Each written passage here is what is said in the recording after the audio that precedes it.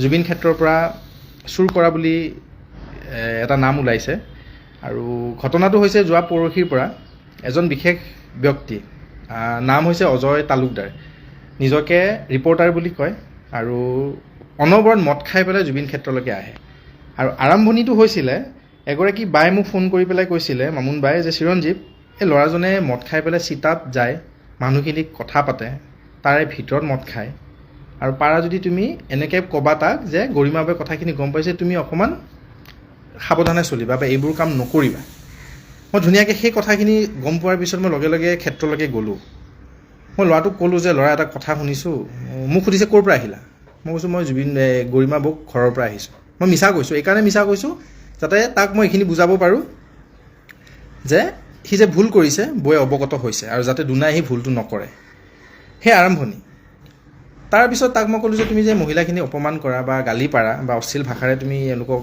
বেয়া বেয়া ব্যৱহাৰ কৰাৰ লগতে মদৰ বটলটো ভিতৰত আনি পেলাইও খোৱা মদ খাই পেলাই চিতাখনত যোৱা মোৰ লগতো বহুত পাইছোঁ মানে ভৱিষ্যতলৈকে এইটো নকৰিবা ভুল হৈছে বৌয়ে গম পাইছে সেইখিনিলৈকে ঠিকে থাকিলে তাৰপিছত ৰুমৰ ভিতৰলৈকে গ'লোঁ বহিলোঁ আৰু বহুত দিনৰ মূৰত মই গৈছোঁ সেইদিনাখন যোৱাৰ পিছত পইচাৰ টোপোলা এটা পালোঁ আৰু তেওঁলোকে মোক সঘনাই কৈ থাকে যে ইয়াতে দাদা CCTV নোহোৱাকৈ পইচা গণা হয় পইচা গণে আৰু ক'ৰ পইচা ক'ত গৈছে আমি একো নাজানো সচত ট্ৰাষ্টেও গম নাপায় কিছু সংখ্যক CDC ছাৰৰ তাত যায় কিন্তু কিছু সংখ্যক ইয়াতে ভাগ বতৰা হয় তেওঁলোকে কোৱা কথা দেই এইটো আৰু লগত মোৰ 2-এজন মানুহ আছিলে তাতে বাহিৰা মানুহ তেওঁলোকে গম পায় আৰু আগৰ পৰা এইটো তাৰে স্থানীয় লোকে বা কিছু লোকে গম পায় যিখিনি মানুহ আছে যে এইটো হৈ আছে অলৰেডি এটা বিতৰ্ক হৈ গৈছিলে পইচাৰ ওপৰত গ'ল তেনেকৈ তাৰপিছত মই আগতে গ'লে সাধাৰণতে চহী মাৰি পেলাই গোটেই অসমৰ বিভিন্ন প্ৰান্তৰ মানুহক গামোচা দিয়ে তেওঁলোকে এখন এখন ফটো দিয়ে কেতিয়াবা এখন গামোচা নতুবা কিবা জুবিনদাৰ স্মৃতি হিচাপে ঘৰত সজাই থ'বলৈ বস্তু দি পঠায় কিন্তু চহী মাৰি পেলাই দিয়ে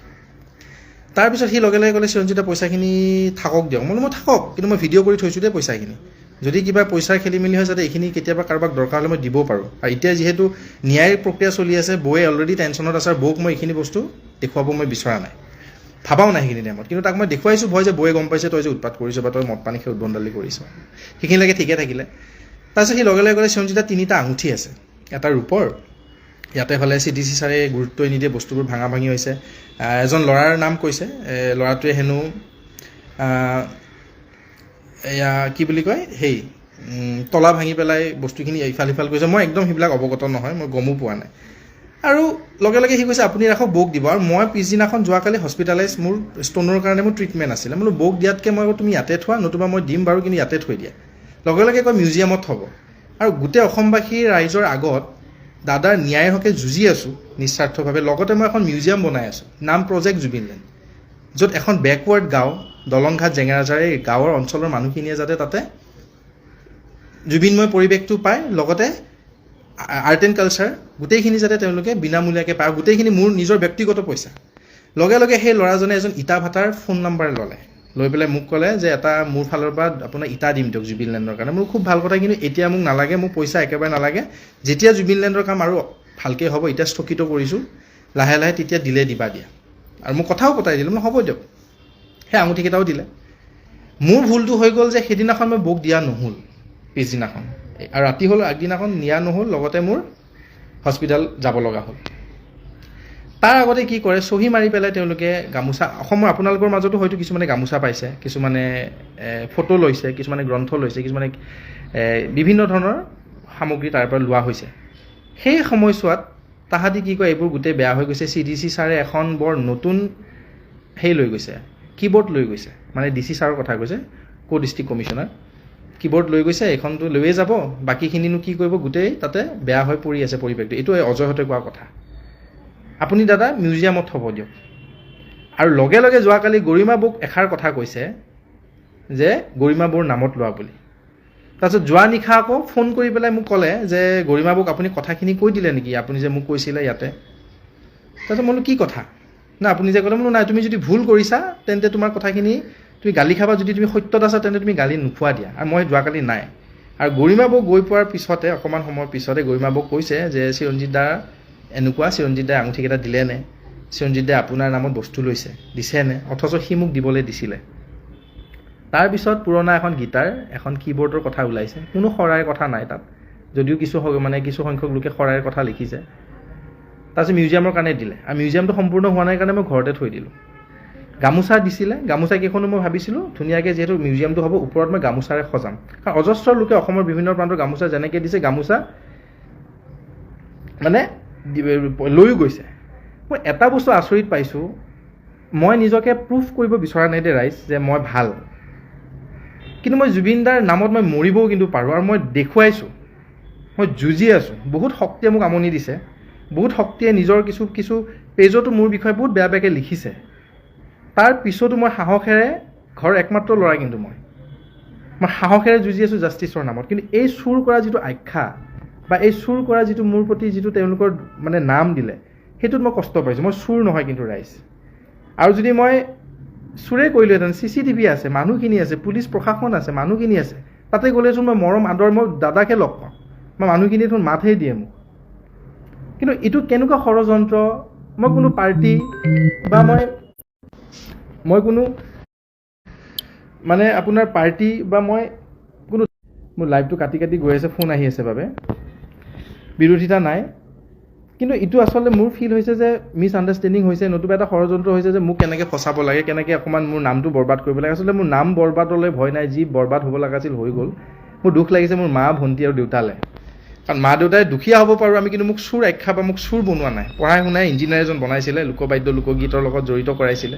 তাৰপিছত জুবিন দাক লগ পাইছিলোঁ, জুবিন দাই মোক এখন জগত দিছিলে, পঢ়াইছিলে, ছেমিষ্টাৰ ফিজ দিছিলোঁ দেই ইঞ্জিনিয়াৰিঙত। সেনেকৈ ইঞ্জিনিয়াৰিং পঢ়িছোঁ, মোবাইল কিনিছোঁ, বাইক এখন দিছিলোঁ। ৰুমত চাউল নাথাকিলে টোপোলাত চাউল দি পেলাই দাদাই মোক ডাঙৰ কৰিছে। ভাবিছিলোঁ যে মই যিহেতু সেইখিনি দাদাই মোক এটা দিনত দিছিলে, মই নিমখ খাইছোঁ যিহেতু মোৰ দায়িত্ব দাদাৰ ন্যায়ৰ হকে মই যুঁজোঁ।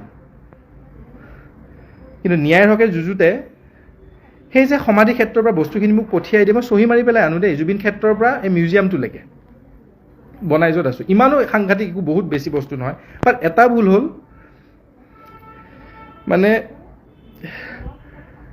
মোৰ ভুল হ'ল যে মই বৌক সেইখিনি টাইমত নক'লোঁ, কিন্তু মই মেছেজ থ্ৰু দি মই বৌক কথাখিনি গোটেই অৱগত কৰিছিলোঁ, অসমবাসী ৰাইজৰ আগত গোটেই ভিডিঅ' থ্ৰু দি মই জনাইছিলোঁ, যিহেতু চাকিখিনি তাতে আছিল, চাকিখিনি তাতে গোটেই ৱেষ্টেজ হৈ আছিল, এইখিনি নষ্ট হৈ গৈছে, এতিয়া আৰু আছে তাতে ৱেষ্টেজ।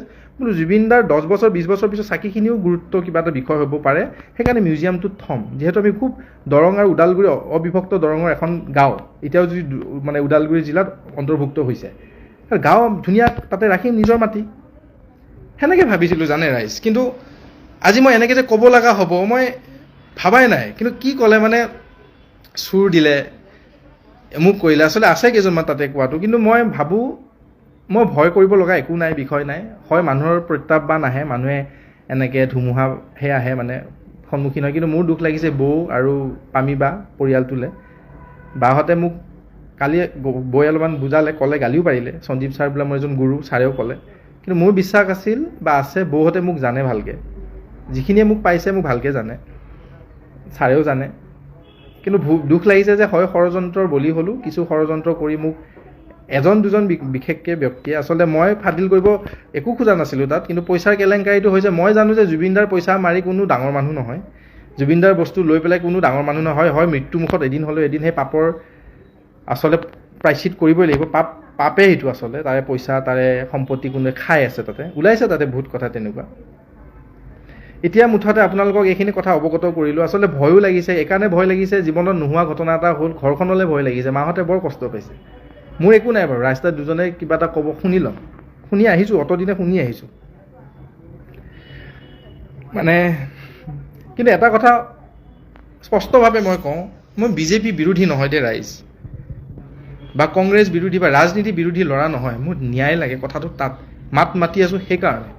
কেতিয়াবা টানকৈ ক'ব পাৰোঁ কিছু কথাত, কাৰোবাক হয়তো টানকৈ কৈছোঁ, হয়তো জাষ্টিছৰ নামত যদি টানকৈ কয় মই দোষী ন, হয়তো দোষী বুলিয়ে ভাবিম দিয়ক। কি ক'ম মই নিজে নাজানো এতিয়া, এইখিনিয়ে কথা ক'ব লগা আছিল। আৰু বেয়া বদনাম বিচাৰিছে, বদনাম কৰক দিয়ক, একো নাই। আৰু কোনো এতিয়া ইলেকশ্যনৰ কথাও মই বা ৰাজনীতিৰ কথাও নকওঁ, মই নহয়ো সেনেকুৱা যোগ্যতা মোৰ নাই, কিন্তু যিখিনি ভুল দেখোঁ সেইখিনি কওঁ মই। আৰু জাষ্টিছৰ হকে মাত মাতিব বিচাৰি আছিলোঁ, মাত মাতি আছোঁ। এতিয়া মনৰ প্ৰাণেৰে মনত মাত মাতি মুখেৰে আৰু বা কেপশ্যনেৰে বা লিখিতভাৱে আৰু একো নকওঁ মই, যিহেতু ইমান বেয়া নাম এটা দিলে। আৰু আশা কৰোঁ ভগৱান আছে, ভগৱানে চাব গোটেইখিনি। আৰু বৌ আৰু পামী বালৈ মোৰ বেয়া লাগিছে, তেওঁলোকে যিহেতু মোক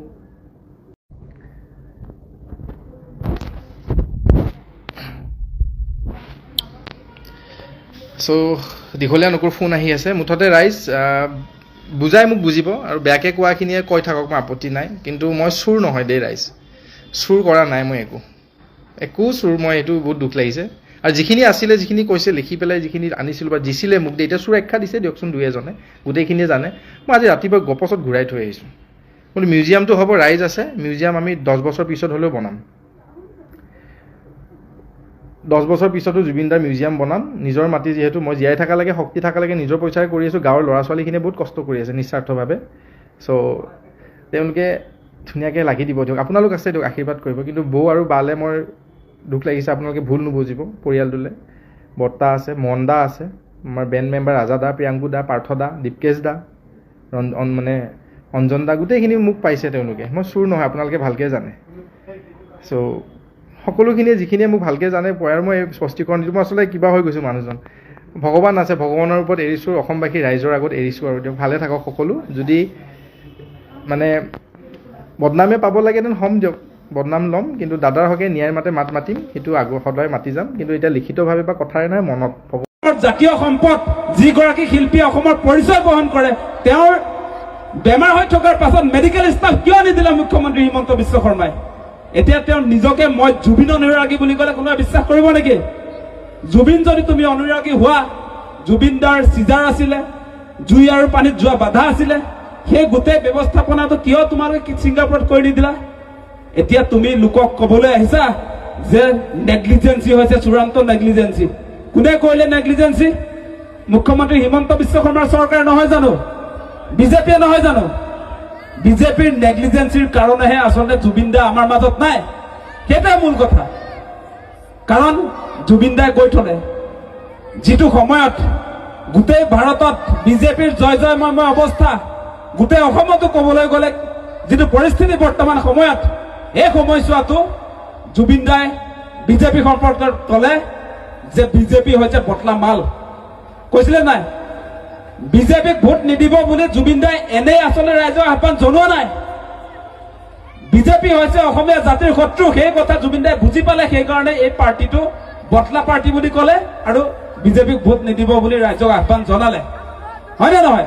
সেইকাৰণে আচলতে জুবিন দাৰ লগত বিজেপিৰ সংঘাত আৰম্ভ হৈছিলে। আৰু শেহতীয়াকৈ আপোনালোকে নিশ্চয় দেখা পালে, সেই ইয়াত যে লিখি থৈছে আপোনালোকে, গছ কটা বন্ধ কৰক। গছ ৰক্ষা আন্দোলনটোত জুবিন দাৰ নেতৃত্ব লৈছিলে নে নাই? দীঘলী পুখুৰী পাৰৰ গছ কেইজোপা তেওঁ ৰক্ষা কৰি আছিলে নে নাই? যেতিয়া ফ্লাইঅভাৰৰ স্বাৰ্থত সেই ঐতিহ্যমণ্ডিত গছ কাটিবৰ কাৰণে চেষ্টা চলাইছিলে বিজেপিয়ে, সেই প্ৰতিবাদটোত জুবিন দাই নিশা আমাৰ লগত একেলগে অংশগ্ৰহণ কৰি গছ কাটিব নোৱাৰিব বুলি পহৰা দি আছিলে বেমাৰী গাৰ্ডে। আৰু সেই সময়ছোৱাত আপোনালোকে নিশ্চয় লক্ষ্য কৰিছে, তেওঁ প্ৰটেষ্ট কৰাৰ দিনটোলৈকে গছ কেইজোপা কটা নাছিলে। তেওঁ পাৰ্টীয়ে ক'বলৈ আহে যে বিজেপিহে আচল অনুৰাগী। সেই পাৰ্টীয়ে ক'বলৈ আহে মই জুবিন। তোমালোকে জুবিনক হত্যা কৰি পেলাই নিজকে জুবিন বুলি ঘোষণা কৰিলে অসমৰ মানুহে মানি ল'ব নেকি? ল'ব নেকি? আৰু আপোনালোকে আৰু এটা বস্তু চাওক, শেহতীয়াকৈ জুবিন দাই আৰু এটা ডাঙৰ ষ্টেটমেণ্ট দি থৈ গৈছে। জুবিন দাই কোনোদিনে জুবিন দাই বিজেপিয়ে কৰি থকা সাম্প্ৰদায়িক ৰাজনীতি, হিন্দু মুছলমানৰ ৰাজনীতি, এই ৰাজনীতি কোনোদিনে সমৰ্থন কৰা নাছিল। জুবিন দাই সদায় কৈ আছিলে হিন্দু মুছলমান নচলিব, কৈছিলে নে নাই? হিন্দু মুছলমান নচলিব বুলিয়ে কৈ থাকিলে মানুহজনে মৃত্যুৰ দিনটোলৈকে, সেইবিলাক বেয়া পাওঁ বুলি কৈ থৈ গৈছে। তাৰপাছত এতিয়া তেওঁলোকে ক'বলৈ আহে, বিজেপিয়ে ক'বলৈ আহে জুবিন দাক বোলে আমি যিবিলাকে ন্যায় বিচাৰি আছো, আমি যিবিলাকে hashtag justice for Zubeen Garg লিখি আছো, আমি বিলাক বোলে নকল। আচলবিলাক তেওঁলোকে, হত্যাকাৰীও আচল হৈ যায়।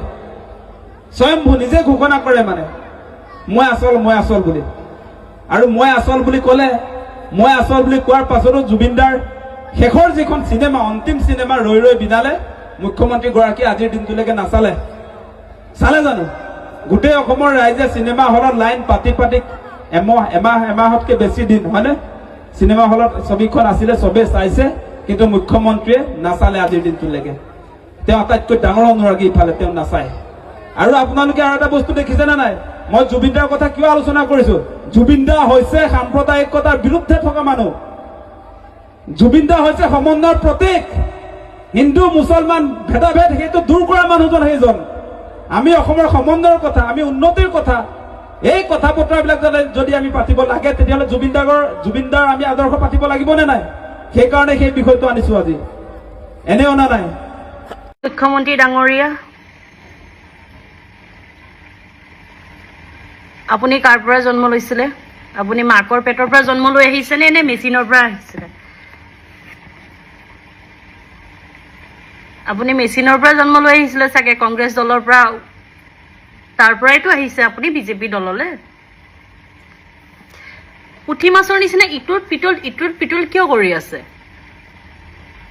ৰাজনীতি কৰে ভাল কথা কিন্তু ইমান আৰু জাবৰ ৰাজনীতি নিচিনা লাগিছে মানে ইমান জাবৰ ভাষণ আপুনি নিউজ এটা চেনেলত আহিলে বুলিছে যি টি কৈ দিব যি টি কৈ থাকে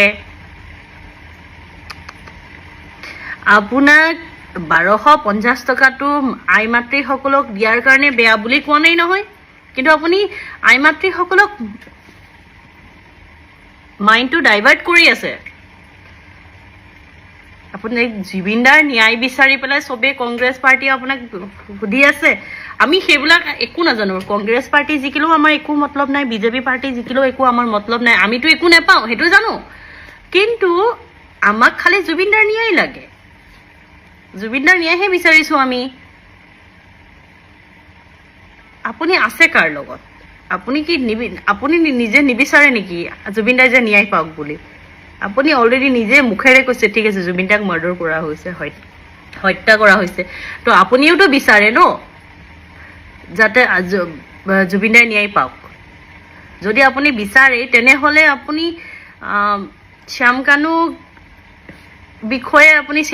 বিষয়ে আপুনি ইমান এক্সপ্লেনেশ্যন দি থাকে ইমান প্ৰটেক্ট কৰাৰ নিচিনা দেখুৱাই থাকে ৰাইজৰ চকুতো আঁতৰি নাযায় আমাৰ ৰাইজটো ইমান বেৱকুফটো নহয় ন সেইবোৰতো ৰাইজৰ চকুতো পৰিছে আপুনি কি কৰি আছে কি নাই কৰা শ্যাম কানুৰ লগত আপোনাৰ কিমান ঘনিষ্ঠ আছিল কোনোতো নেদেখাকে নাই চবেই দেখিছে তো তাত আৰু কিবা কৈ পেলাই কিবা লাভ আছে নেকি আপুনি কংগ্ৰেছ দলৰ মানুহবিলাক মাকৰ পেটৰ পৰা জন্ম নাই লোৱা মেচিনৰ পৰা জন্ম লৈছে তো আপুনিওতো এটা টাইমত কংগ্ৰেছতে আছিলে আপুনিতো নিশ্চয় তেতিয়াহ'লে মেচিনৰ পৰা জন্ম লৈ আহিছে আৰু সেইবাত 1250 টকাটো মহিলাসকলৰ কি হয় আজিকালি 1250 টকাৰ পৰা আপুনি 900 টকা আপোনাৰ চিলিণ্ডাৰত গুচি যায় ফ্ৰী চিলিণ্ডাৰ দিছে কিন্তু ফ্ৰী চিলিণ্ডাৰ কি হেতুটো ভৰাবই লাগে ন তাতোতো 900 টকা ভৰাব লাগে তো থাকিবলৈ কিমান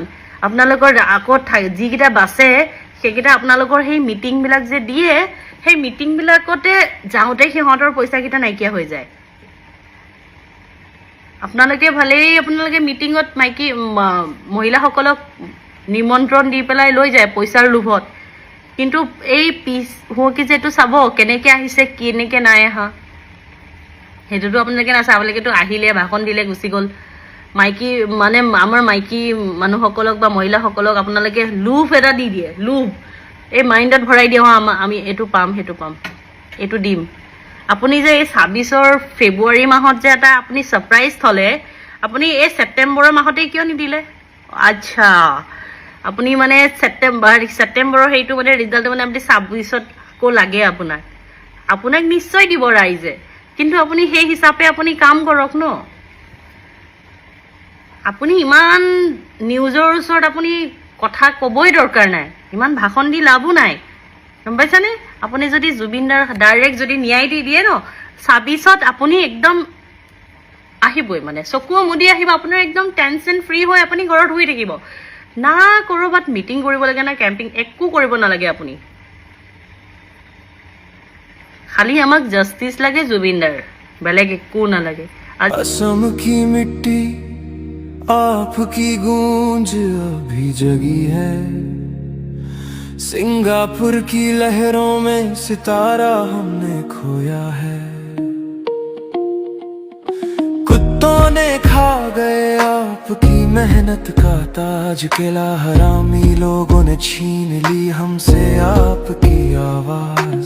हर वीडियो और तस्वीर में आपकी लाचारी है, अब सच को दबाना किसी के बस की बात नहीं है। डॉक्टर ने कहा कमजोर है, पानी और आग से संभालो इसे, पर लहरों में बिना जैकेट क्यों छोड़ा उसे। हर गीत, हर हंसी, हर सपना चुराया गया हमसे, फिर भी यादों में आप हमेशा जिंदा रहेंगे। सोशल मीडिया पर सच उभर आया, वीडियो क्लिप्स ने राज दिखाया, छुपा है ये काला राज, हर दिल में गूंजती है आपकी पुकार। असम से सिंगापुर तक आपकी कहानी सुनाएंगे हम, कुत्ते केला हरामी अब क्यों फरार है सब। उन कुत्तों को जनता के हवाले कर दो, जनता करेगी उनका इंसाफ।